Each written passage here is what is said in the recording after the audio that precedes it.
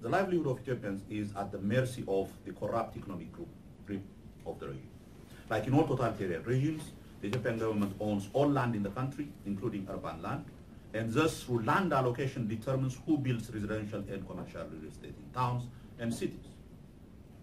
The industrial and service sector of the economy is also heavily controlled by the state. What is left of the state's economic holdings is dominated by the Endowment Fund for the Rehabilitation of Tigray, a conglomerate parapartal serving as a front economic organization for the ruling party, while other allied parties engage in relatively smaller but equally corrupt and disruptive activities in their domain regions. Key beneficiaries from this economy are the well-placed military and political leaders and their cronies, while the millions of ruling party members and the alarmingly expanding security personnel get the crumbs left from the ruling elites. Urban poverty as well as income inequality has been increasing dramatically, and the relatively small middle class is all but wiped out through a policy-induced inflation. What we have in urban Ethiopia now is a small, fabulously wealthy and corrupt class of government and ruling party officials along with their crony business partners on the one hand, and the great majority of the destitute urban population on the other. While these corrupt elites send roughly $3 billion a year in the form of capital flight, partly money sent from Western taxpayers in the form of foreign aid, the honest and unconnected business people see their businesses slowly die for lack of capital and foreign exchange, as well as corruption-induced red tape.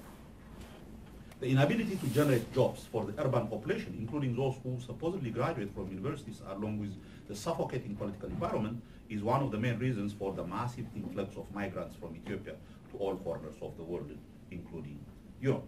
That's why it is a crisis, although it is more the conflict-ridden, but that is the one that is coming, actually, if you can look a few years ahead. 4, despite the regime's claims to political legitimacy through its developmental achievements, particularly in the rural economy where over 80% of the population reside, which, by the way, has always been supported by dubious and manufactured statistics, and unfortunately uncritically endorsed by Western governments and institutions, the economy's deep structural weaknesses and the failed economic policies pursued by the regime over the past 24 years are now exposed for all to see by the tragic ongoing famine in the country.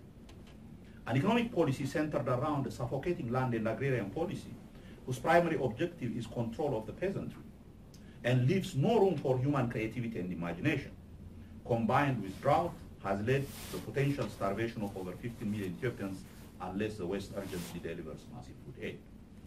According to recent media reports, of course denied by the regime, children have already started dying in some of the affected regions. Madam Chair, as you well know, drought does not kill people. Bad policy and unaccountable governance does.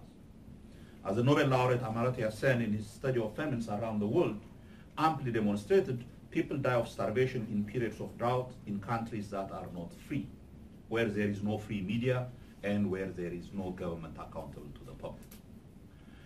During the 2005 elections, as you remember, the only period where there was a meaningful political debate in the country, the party I belonged to then, the CUD, warned against the futility of what they call at that time the agriculture development-led industrialization strategy pursued by the ruling party. Our argument was that the rural population, whose means of livelihood stems from an increasingly unsustainable traditional smallholder farming, whose land size and fertility of land is diminishing every year owing to suffocating land policies that provides no security of tenure, along with demographic pressure and environmentally unsustainable practices, cannot support the population in periods of environmental distress, especially in periods of growing population, as we have.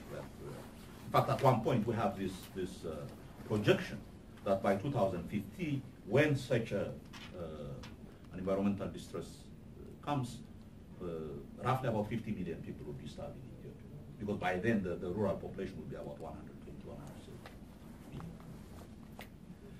We argued instead for a revision of the land policy as well as a deliberate policy to transform the agricultural economy. We also suggested that no government that sees its people starve to death on its watch deserves to be in power even for a day. Of course, this ruling party never listens to anything that it feels would loosen its stranglehold over political power. What is sickening to watch in this most tragic period in our country is the total incompetence and irresponsible nature of the regime in its response to this fight. More interested in saving face than saving lives, the regime is still in denial about the human suffering that is caused by the famine, declaring that they have everything under control and don't even need outside help to avert an incoming disaster. Of course, in the last 1 week, they have changed position and they have started to say that they need massive aid. We are food self-sufficient, declared the Prime Minister only a few months ago. Even worse, it is forcing people to contribute money to the tune of 300 million birr to celebrate the 35th anniversary of the founding of one of the parties in the ruling coalition, after spending an inordinate amount of money earlier in the year to celebrate the birthday of the actual ruling party, the TPLF. The sheer obliviousness of the regime and their complete detachment from reality is manifested in a recent interview by an official who proudly informs its subjects on local radio that the government is now building a number of luxury villas with swimming pools and all, costing an average of 25 million birr per villa to house retiring government officials. This, Madam Chair, is happening in a country where 15 million people are facing deaths from starvation and in one of the supposed miracles or miracle economies of the continent. And finally, Ethiopians have given up on elections as they have become meaningless rituals. There have been 5 national elections under the TPLF. The first election in 1995 resulted in 3 opposition members being elected to the parliament that has a total of 548 MPs. In the second election of 2000, the number for opposition members rose to 27. In the 2005 general election, the only election that was meaningfully contested, which was monitored by the Carter Center and the European Union led by you, Madam Gomez, and other observers, Ethiopians turned out in record numbers and voted for their representatives. The results were, of course, rigged, and when voters protested the blatant usurpation of their power peacefully, they were gunned down in broad daylight. The government's official count was 193 dead.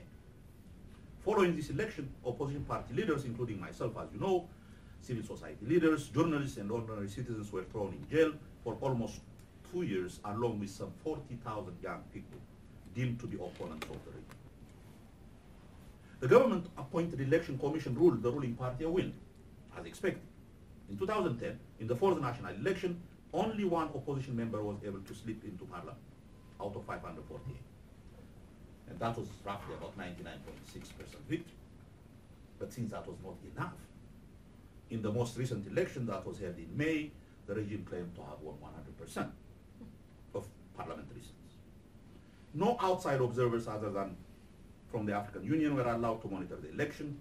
The paradox here is that in a nation where a very large majority of the population opposes the government, no single member of the opposition is elected to parliament. In short, the so-called multi-party system and democracy paraded by the regime to hoodwink the international community is a mockery of a democratic system as we know it. The Obama administration's cynical and disgraceful attempt to render legitimacy to its temporary military ally against Al-Shabaab in Somalia will not alter the illegitimacy of the regime one bit in the eyes of the Ethiopian people, in the same way as putting a lipstick on a pig will not alter the nature of the pig. Currently, despite their deep desire to lead a peaceful life, the existence of the Ethiopian people is almost on the verge of total collapse because of the low-intensity rebellions and resistance bursting in various parts of the country. These rebellions are caused none other than by the tyrannical rule of the ethnocratic regime that is shattering the social fabric of the country. The predicament the Ethiopian people find themselves today is not unique in history. People in many countries who were living under similar conditions have rightfully revolted against tyranny and are now living examples of peaceful and stable democracies. This universal truth and natural response of the Ethiopian people against their oppressors is best captured by the founding fathers of one of the Western democracies. The American Declaration of Independence from Great Britain says the following, and I quote, "We hold these truths to be self-evident, that all men are created equal, that they are endowed by their Creator with certain unalienable rights, that among these are life, liberty, and the pursuit of happiness. That to secure these rights, governments are instituted among men, deriving their just powers from the consent of the governed. That whenever any form of government becomes destructive of these ends, it is the right of the people to alter or to abolish it. and to institute new government, laying its foundation on such principles and organizing its powers in such form as to them shall seem most likely to affect their safety and happiness. Unless otherwise, one maintains an inherently racist belief that we Ethiopians and Africans in general are less of human to deserve or possess this natural endowment. These words ring true today for the people of Ethiopia who are rising against an egregious tyrant as they were over 200 years ago to the people of the certain colonies. Madam Chair, at this critical juncture, to facilitate the Ethiopian people's struggle with able, responsible, and effective leadership, the democratic forces in the country are coalescing under the newly formed United Movement for the Salvation of Ethiopia through Democracy as a beginning towards the formation of a broad movement for democracy in Ethiopia. It is not lost on the part of these democratic forces that one of the potential obstacles on the road to Ethiopian people's struggle for freedom and democracy is the international community's multifaceted collaboration with the TPLF-led government, with cruel indifference to the prevailing corrupt and repressive political as well as abysmal economic conditions in the country. Following their new goal of making inroads into Africa, some countries have become major financiers of the TPLF repressive regime. This may be unexpected behavior from these governments given the nature of their political system. However, the West's support for the rogue dictatorial regime in Ethiopia is inconsistent with the values of freedom, justice, and democracy the West practices at home and its vital importance for the stable world order. The West, led by the US, has understandably declared terrorism as a menace to global peace, while in a typical short-term calculus have also decided to consider dictatorial and sectarian regimes like that of Ethiopia to be allies in this anti-terrorist effort.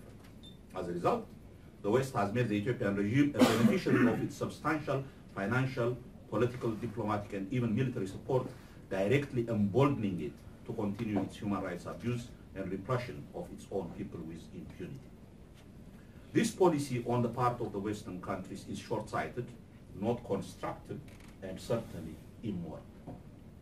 Once again, I would like to emphasize that establishing and entrenching the Ethiopian regime by force on very narrow ethnic and exclusionary line is one of the main causes of instability in the region.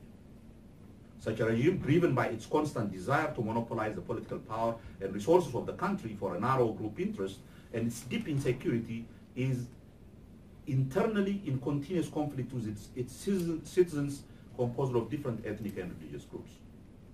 To perpetuate its rule beyond the already intolerably long 24 years, the regime continues to use scorched earth military expeditions in the Ogaden region to the east and occasional incursions into Kenyan territory, pursuing resistors from the Oromia region.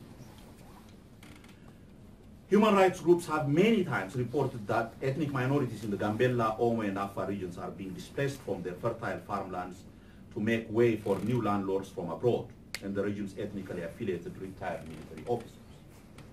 This has triggered armed resistance in these regions. The regime has also continued to pit different ethnic groups against the Amharic-speaking people in the south and western parts of the country, thereby driving them out from places where they have lived for generations. As a recent and ongoing bloody conflict in northern Gondar shows, the Amhara region is in an almost open and armed rebellion. As we speak, universities in Oromia region are looking like combat zones as the government uses brute force to suppress the peaceful demands of Oromo and other students to stop land grab in Addis Ababa and its surrounding regions. As the international community is well aware, the regime is also externally locked in constant conflict with Eritrea in the north. This is the reason why the TPLF-EPRDF government has one of the biggest standing armies in sub-Saharan Africa, thus spending large portions of the poor country's budget on the military, while the danger of famine and lack of resources for basic needs of its population are always lurking around.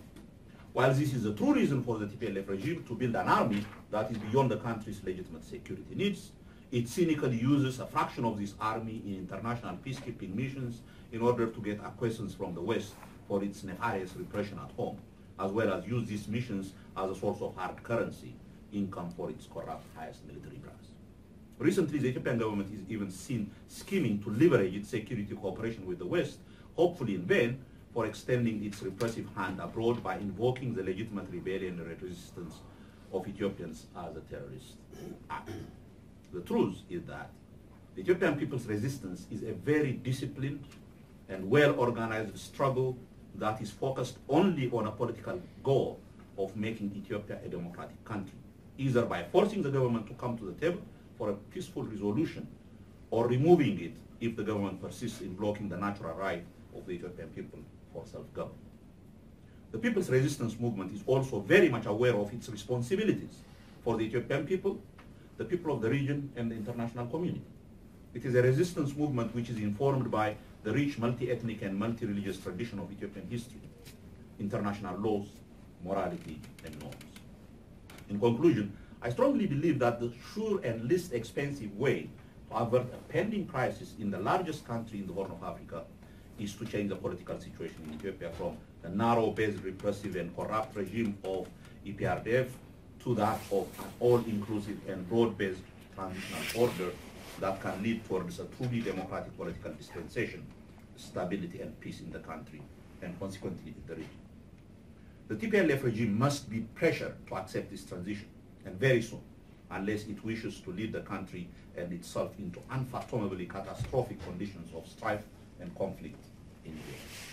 For this call, I appeal to this body, the European Parliament, and through the European Parliament to the international community to stand in solidarity with the Ethiopian people and make all possible efforts to avert the impending conflict in Ethiopia by advocating and working for a broad-based and all-inclusive transitional arrangement instead of emboldening the tyrannical and sectarian dictatorship of the TPLF, EPRDF for short-term gains that is neither durable nor sustainable.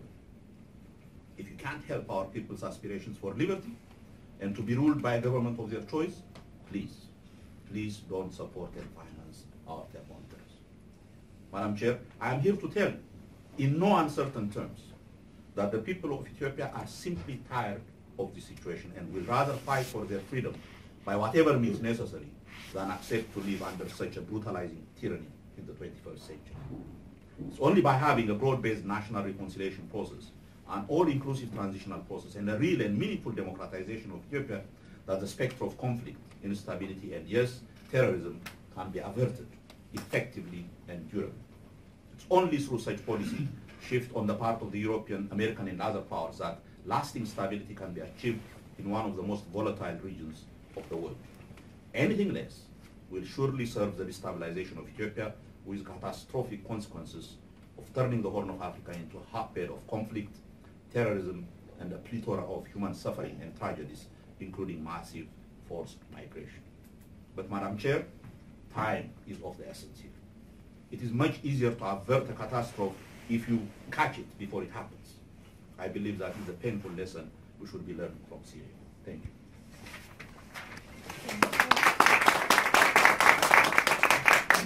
Thank you, Professor Birhaanu Negga. We'll have hopefully a debate. Without further ado, I would like to listen to the Commission representative, Ms. Ginbot Sebat Arbengoch.